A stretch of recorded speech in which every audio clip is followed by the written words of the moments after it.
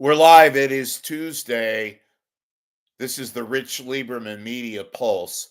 And look, I've heard from a lot of sources at KTVU about what is happening there. And the latest move that they made with the formal announcement that uh, Claudine Wong will become the new co anchor at 10 o'clock has facing a lot of pushback.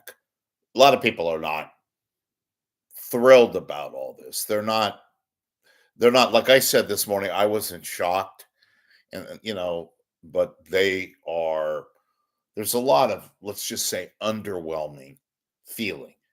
And to hear from a few sources there, the newsroom is fatigued. They're tired, both mentally and physically. And what they're saying over there, to me at least, is the fact that they're just not happy with the current status, not just at 10 o'clock, but that's a big part of their pie. Everything is 10 o'clock. The 10 o'clock news is basically the face of Channel 2. And in a larger point that I want to make here, and this is very, very significant, trust me, very significant. It's now been over 10 years that Fox bought KTVU. And initially there was talk, oh, it's going to ruin KTVU. It's going to besmirch their image. It's going to wreck everything. I said all along, and I was saying it at the time, and other people in the industry said the same thing, that no, Fox may be dumb, but they're not stupid.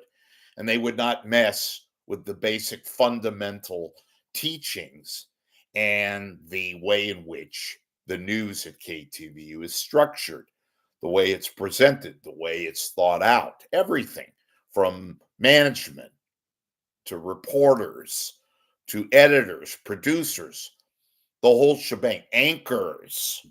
They wouldn't mess with it. They understood. I'll give you a quick little analogy. The Murdoch Company bought the Wall Street Journal years ago, and people thought it was going to be messed with. And to Fox, excuse me, to the Murdoch family credit, they didn't touch the Wall Street Journal. They left it alone. They understood that it was of the mode, if it ain't broke, don't fix it. Same thing with Fox and KTVU. Well, guess what? That's all become Neanderthal.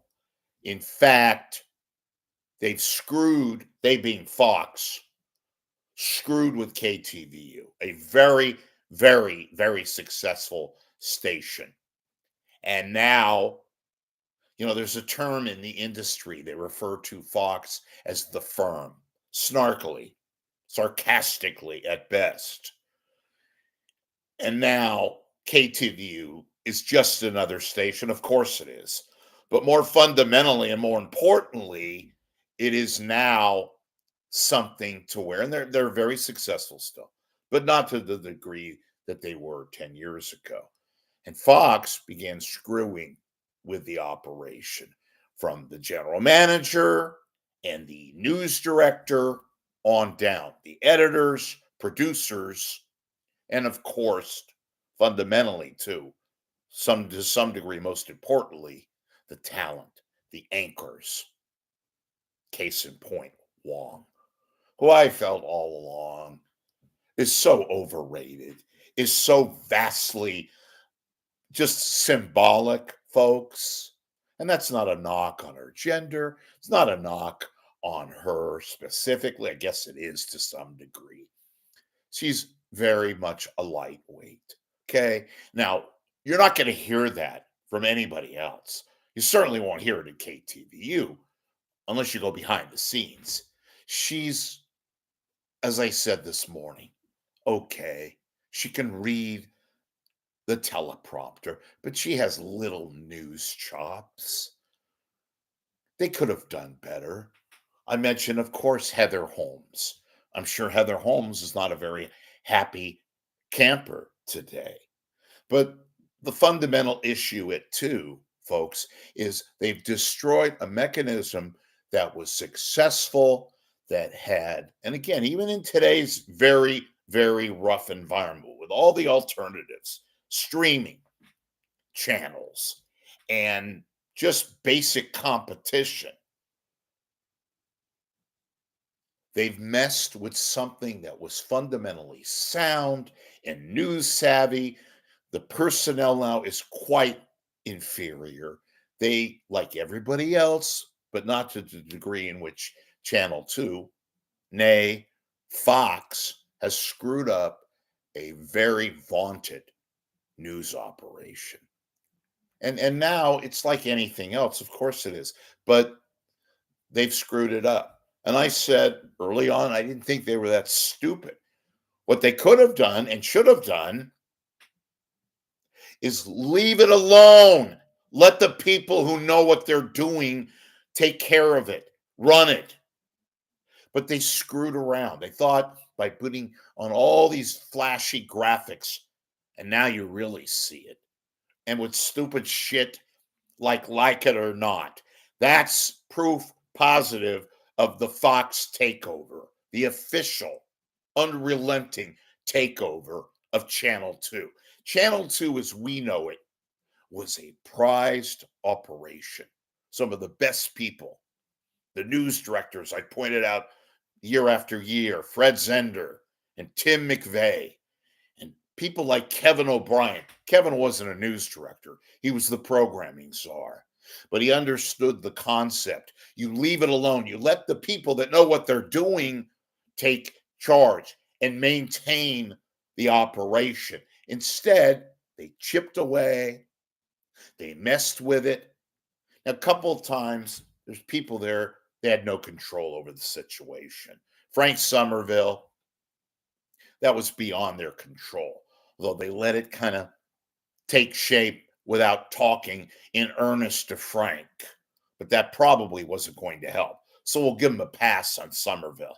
Julie Hayner, she can't and couldn't carry the program. She eventually left. She saw the handwriting on the wall. Abanez, not a significant factor. He read the sports, but he was part of the core four.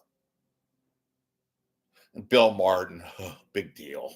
He's a weather anchor, folks. At the end of the day, he's a weather. He didn't add anything. He got supported by strong people like Hayner, somewhat, and Somerville, and earlier on than that, Dennis Richmond. So he was a product of an already successful product. And now they're left with this and stupid programs like It or Not, and massively bad editorial decisions. The fundamental presence of KTVU was their news operation. Now they're not cherished anymore. They're almost lampooned. It's an unfortunate byproduct of what the Fox, the firm image is all about. And instead of looking pragmatically at what they had and maintaining the presence and trying their best to at least salvage something, they instead started muddling. And they picked the wrong people. Like they currently have a news director that is laughed at, that most of clientele, most of personnel there at Channel 2 themselves have no confidence in, have no faith in. Both the news director, Simone Aponte, and the general manager, absentee general manager, Belinda Hartnell, no confidence.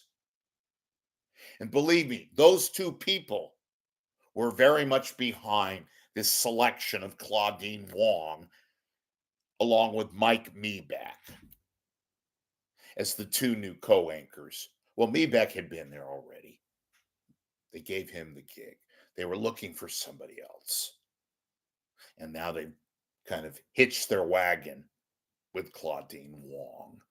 And it, again, I'm not saying this is going to certifiably screw up the operation. It's already been screwed up. What I'm saying is the fundamental essence of KTVU, its heritage, its legacy is now officially bye bye. And was it bound to happen anyway? Was it going to be something? Yeah, of course it would. But they could have kept the core of it still intact with the people. It's not with the people that they hire, and the people that they're hiring now are jokes. Most of these people behind the scenes you've never heard of because they just come and go. In the old days, legendary was word people could not wait to go to work at KTVU. The operation, the news gathering from the cameraman to the editors, the producers. Now everybody wants to get the hell out. That's evident. And Fox doesn't give a damn. They care about money, fine. But one of their most integral money-making machines was KTVU. And they basically screwed all that up with these latest personnel transactions. It's really sad. It is so, so sad. And now you have just another runaway nothing burger called KTVU News. It really is a shame. But the old adage, folks, you get what you pay for. And when you screw with something that doesn't need to be screwed with, you have to deal with the consequences. I'm Rich Lieberman. See you later.